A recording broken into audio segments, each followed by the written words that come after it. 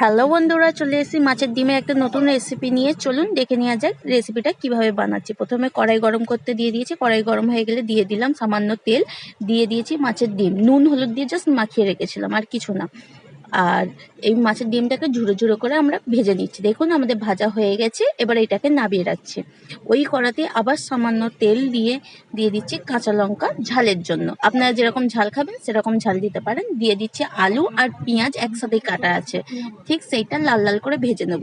আপনারা পেঁয়াজ আলাদা করে ভাজতেও পারেন, আমি এগুলো একসাথেই ভেজে দিয়েছি। লাল লাল করে ভাজা হয়ে গেছে। ওখানে সামান্য নুন দিয়ে দিয়েছি আর হলুদ গুঁড়ো দিয়ে ভালো করে ভাজা ভাজা করে নিয়েছি।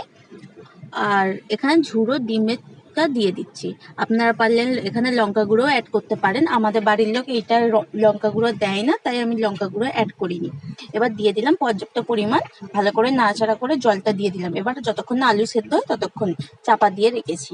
দেখুন প্রায় 8 মিনিট পর চাপা খুলে দেখি আলুটা সিদ্ধ হয়ে গেছে, তাতে সামান্য জল রয়েছে। এবার জলটা যতক্ষণ না শুকায় ততক্ষণ গ্যাসের ফ্লেমটা জোরে দিয়ে আমরা জলটা শুষিয়ে নেবো।